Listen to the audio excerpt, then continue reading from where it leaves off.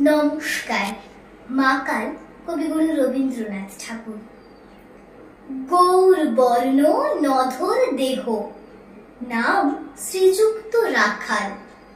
জন্ম তাহার হয়েছিল সেই যে বছর আকাল। গুরুমশাই বলেন তারে বুদ্ধি জেনেই একেবারে, দ্বিতীয় ভাগ করতে সারা 6 মাস ধরে নাকাল। রেগে মেগে বলে, বাঁদর, নাম দিল তোর মাকাল। নামটা শুনে ভাবলে প্রথম, বাঁকিয়ে যুগল ভুরু। তারপর সে বাড়ি এসে নৃত্য করলে শুরু। হঠাৎ ছেলের মাতন দেখি সবাই তাকে শুধায়, একি? সকলকে সে জানিয়ে দিল, নাম দিয়েছেন গুরু।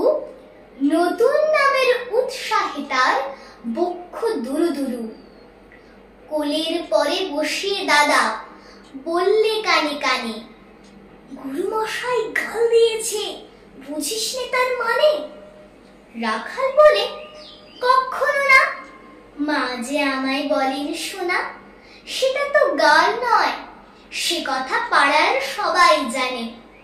আচ্ছা, তোমায় দেখিয়ে দেব, চলো তো ওইখানে।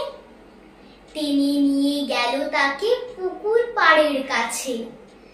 বেড়ার পরে লতায় যেথা মাকাল ফলে আছে। বললে, দাদা সত্যি বলো, সোনার চেয়ে মন্দ হলো? তুমি শেষে বলতে কি চাও, গাল ফলেছে গাছে? মাকাল আমি বলে রাখাল দুহাত তুলে নাচে। দোয়াত কলম নিয়ে ছোটে, খেলতে নাহি চায়।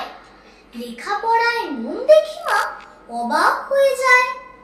খাবার বেলায় অবশেষে দেখে ছেলের কাণ্ড এসে।